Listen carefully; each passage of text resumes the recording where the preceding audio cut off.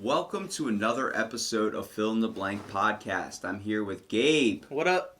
So Gabe, we're talking about Mean World Syndrome. What comes to your mind when I say Mean World Syndrome? I don't know, it just makes me think of the game Mad World. Do you picture, what's Mad World? Mad World's the game where it's all black and white and everyone in the game's evil. So And you're just a dude with a chainsaw. The only color that's in the game is blood. So perfect representation for life. Everything's black and white. There are no colors. Pretty much. It depends on how you look at it, right? Mm-hmm. So the idea, it's fearful programming involving forms of entertainment. So types of bad influences. What is the most popular thing that gets chalked up to influencing kids? Video games. Video games. What's the problem with video games? I don't know. There's a lot of any of the decent video games have a lot of violence in them. Why can't I burn down a school and then run over a hooker with my bike? What's the problem? And then order a chicken piece combo right afterwards. I don't understand the ideology of GTA. Well, let's talk about Mean World Syndrome. So it actually is a term coined by George Gerbner and describe a certain phenomenon whereby violence-related content of mass media make viewers believe that the world is more dangerous than it actually is. Mean World Syndrome is one of the main conclusions of cultivation theory. Gerbner, a pioneer researcher on the effects of television in society, argued that people who watch television tend to think of the world as an intimidating and unforgiving place. Is that just because of the highly spiked up, of the news, just always kind of displaying a direct fear of intimate threats? I mean, how often do you see oh, dog rescues cat from fire, and then next thing you know, it's 10 articles into... Did you know this guy got shot? Did you know a school got shot? What? School got shot up. Paris gets shot up. This place got shot up. Vegas got shot up. It's ridiculous to think. I mean, explosion, war. Do you think we could eliminate this whole theory of a syndrome like this if we just stopped displaying so much bad stuff on the news and tried to highlight some good things too? Like maybe some charity events that have been raised, maybe some parody religions like Pastafarianism or United Church of Bacon. Or the trans-universal zombie church of the ringing bell. You know, these types of things that make you look at what did you just say? That whole idea. If we can have certain jokes and stuff like this to play on the news more effectively instead of CBS, what's Trump doing wrong? You know, all these different things that like to focus on the bad or the awareness of a situation. I get the whole aspect of something like that being played out just so we're aware of what's going on around us, but the whole idea of if you constantly tell somebody they're a piece of shit or constantly tell them the world sucks, they're going to grow up to think the world sucks and they're going to be influenced to think the world sucks and they're a piece of shit. It's just that whole idea. It's the worst thing to do. We talk about bullying and we talk about harassment onto others. You don't want to sit there and make someone feel down about themselves. It causes depression. It causes a bad slump. If you live in darkness your whole life, you're going to not want to go out and do anything. You're not going to have the energy to go out and do anything. You're just going to want to be shut off from the world. So it's that whole idea. How can we change that? And what are some ways, we can change that in your eyes? Just with news. Mine's just displaying different things of, news. And I guess I wouldn't make the... I mean, of course, you have to... I mean, the people need to know, when things... when bad things, happen. But, I mean, you don't want to, dramatize on it either. But, I mean... The whole idea of video games being violent and causing, this type of stress or harmful situations to occur in public interactions with people that play violent video games... It's not real. There's no logical evidence behind it. It's chalked up to that's what it is because that's what's playing on your mind. But because it's the easiest scapegoat to it. Yeah, but nobody that's going to do it in a video game usually does it for real if they already weren't thinking of doing it for real. No one just becomes a psychopath off playing video games, at least that I can think of. At least I never became a psychopath off playing video games. If anything, it gives kids an outlet to experience these types of things. Virtual reality might be a way that we can probably eliminate serial killers. Someone who's a serial killer or might become one, starts to play virtual reality where they can do it in there and not get in actual trouble for it. That might give them their way to release that outlet. I'm just looking at serial killers and virtual reality in a good light. Obviously, we could have a program that would be able to test if someone, is this guy more likely to beat up this hooker or, do the fellatio that we always know that to be the typical thing. Well, if he beats up the hooker, we might arrest him. It's a virtual reality test. So the whole idea, like, video games cause violence, TV causes violence, and news promotes violence. So, so we talk about the pioneer researcher talking about the intimidating world and being an unforgiving place. A direct correlation between the amount of television one watches and the amount of fear one harbors about the world has been proven, although the direction of casualty remains debatable, and that persons fearful of the world may be more likely to retreat from it and in turn spend more time with indoor solitary activities such as television watching. So promoting the bad influence itself. Really, you're like too afraid to go outside because of what you saw on the TV, so you're going to sit inside all day, not go out and watch more TV. So you're going to be even more fearful of going out.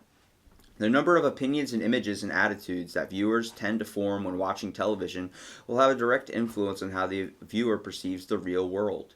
They will reflect and refer to the most common images or recurrent messages thought to affect their own real lives. Gerbner once said, "You know who tells the stories of a culture really governs humans' behavior. It is used to be the parent, the school, the church, the community. Now it's a handful of global conglomerates that have nothing to tell but a great deal to sell." That's a great quote. Gerbner says that the spread of the syndrome has become more intense over time. He describes how newer technologies such as VCR, DVD, and cable television do not disturb the cultivation theory, but actually allow more complete access and a spread of recurrent messages. Although widening access to the internet world of information can counteract that, the 1930s behaviorism models, the pain fund studies show that the effect that mass media has on our behavior is considerable. This is called the hypodermic needle model. People are injected with appropriate messages and ideas constructed by the mass media. That's the whole theory. So it's true. It's a real thing that happens. You know, if you listen to someone else's point of view, if you're listening to a media site, you're listening to a one-sided argument. It's usually they don't have the facts of both sides. They have the facts and whatever their support of. It's the same thing with the political thing. Like, you hear the good things a person does in a campaign ad, not the bad things. You know, it's the whole idea. You're getting someone else's experience and someone else's thoughts to help form your own and your own knowledge on the basis.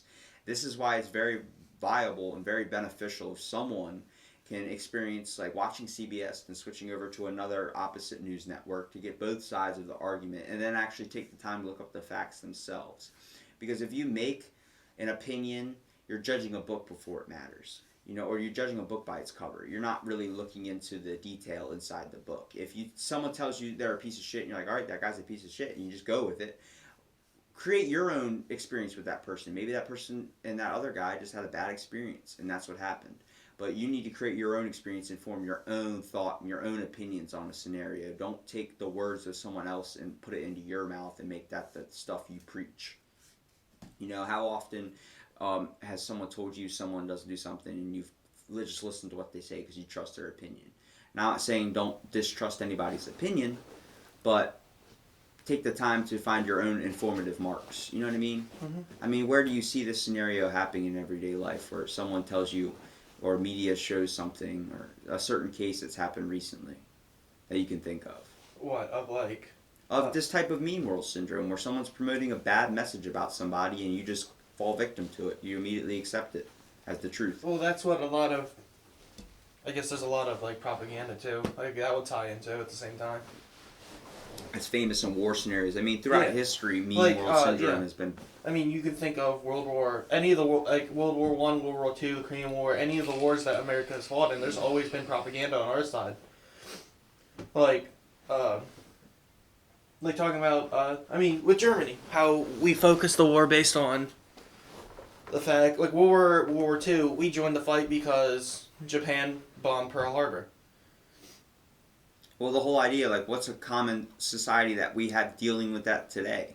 North Korea. Yeah. Those people are, monitored, brainwashed into thinking that everywhere around them is a bad country and that the place that they live in these terrible conditions is what life is like. It's the best possible life, you know. 1 grain of rice is how people survive in the world. How that's the most abundant food source. They are so lucky to be in North Korea and have this wonderful god of a leader. That's good. Sorry, I keep yawning. Yeah, I know, you keep yawning in the podcast. I don't mean Making me think it's boring. No, I'm just fucking tired. Alright, well. But no, But they also like they don't really have access to like internet outside of North Korea. Like they're not allowed to like do most things because I think YouTube is still banned for them. They only have access to 3 networks, and one's like Kim Jong riding a horse or something, and another one's like Kim Jong is great, and it's all just a biography about Kim Jong, which is constantly on a replay. It's the whole idea, like brainwashing, all these types of things. If you just start displaying your own image or projecting your own image into somebody, or and you start taking that advice or taking that image and using it as your own pathway to set your own ways, then you're going to end up falling victim to this type of mean world syndrome, where you start thinking the world is a very, very bad place. So some media news is the primary influence in this theory, depicting many bad qualities of life like murder and tragic events. How often do you see a murder case on the news? Every single day there's something.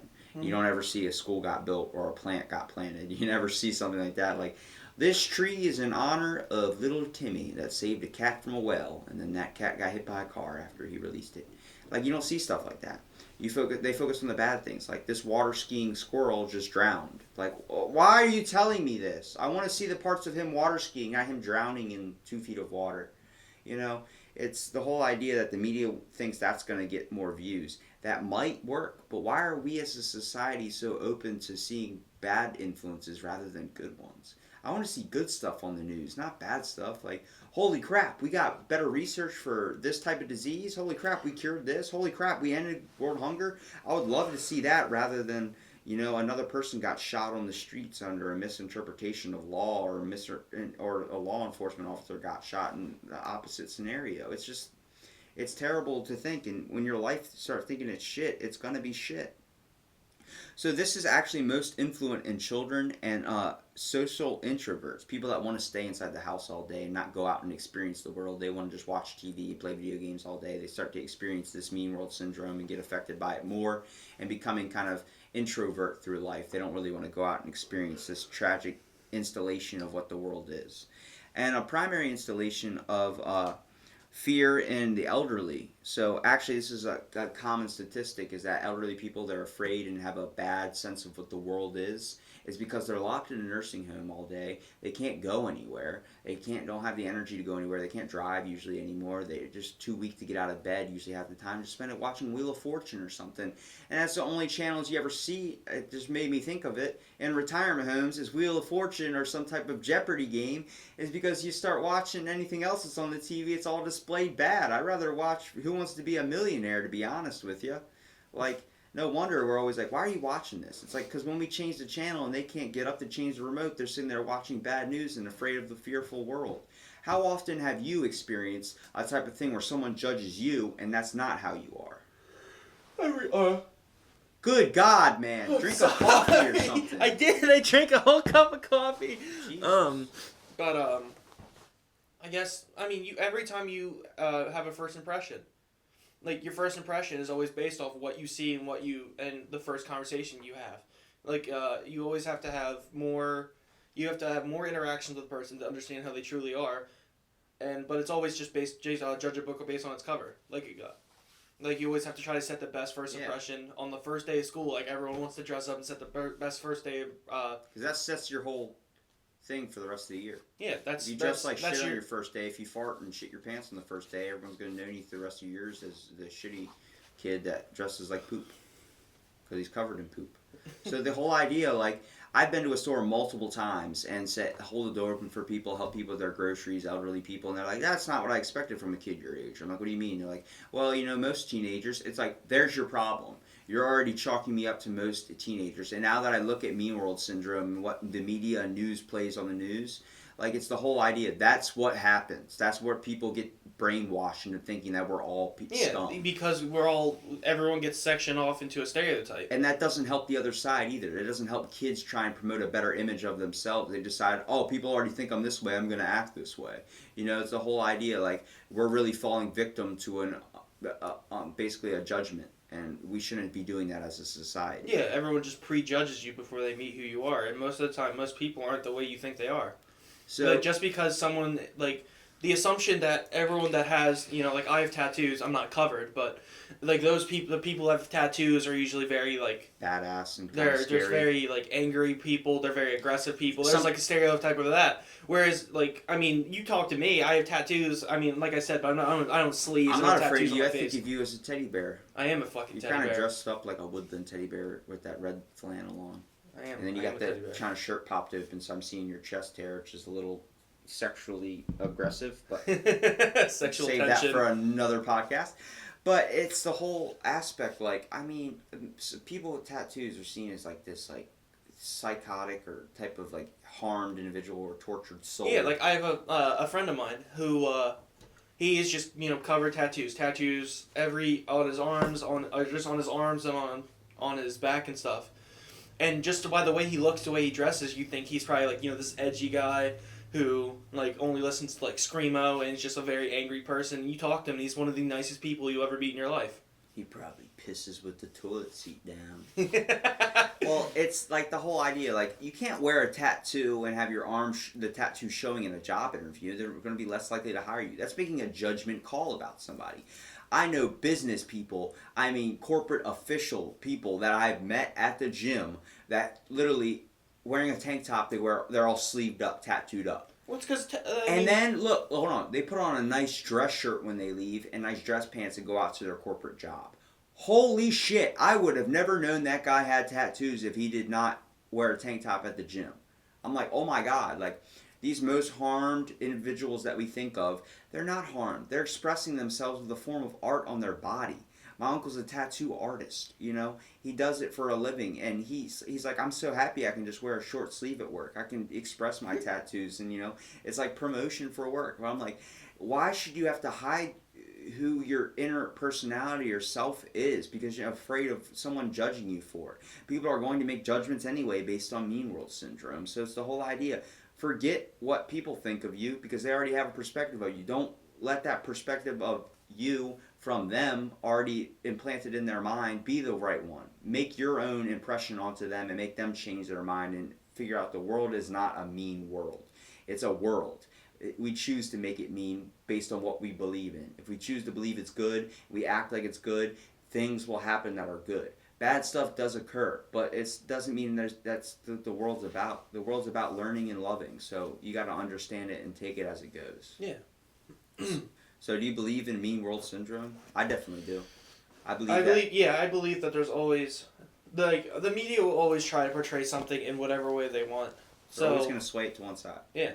They always try to sway in whatever way they feel will get them more attention, get it more views, get it more likes, more shares, more retweets, more anything.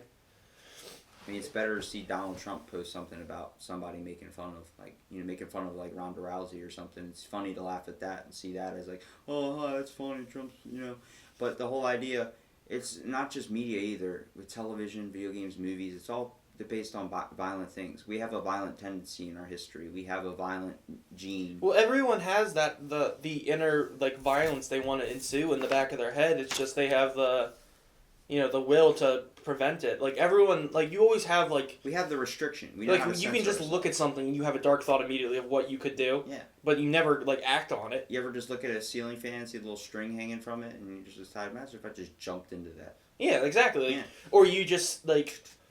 Or you can, I mean, I'm just saying this from personal experience. Like you could see, like you could hear, like a baby crying, like if you're on a plane. You're just like, I could just go over and just like, yeah, man. Exactly. At but my you would never graduation, I had 5 babies crying all at once, and I couldn't hear the names that were being called. I was like, I wish someone would find that baby and hit it. And my buddy's like, which baby? I'm like, there's like 5 screaming right now. It's not that you're gonna actually go and do it, but it's like seriously, it's like everyone has those thoughts. Everyone has the violent thoughts in the back of their head. Or a quick judgment call on someone. You always get that first one whenever you first see them, whatever they're wearing, whatever thing is, even if you just totally gloss over it. It's the whole idea of it does pop into your head. And that doesn't make you an evil person, that makes you human. That makes you, we all have this base connection to each other. And knowing that you're a good person for not acting on those things is what really you should be looking at, not that you had those bad thoughts in the first place. So anybody that has mean world syndrome or starts looking at The View and wondering why it's all bad, look up mean world syndrome. It's definitely a good read, and it definitely gives you a lot of perspective on what life's about and the true meaning of what we can consider good and bad, and especially problems with mass media. And stay tuned for the next episode of Fill in the Blank, and hopefully Gabe's not going to be yawning 50,000 times.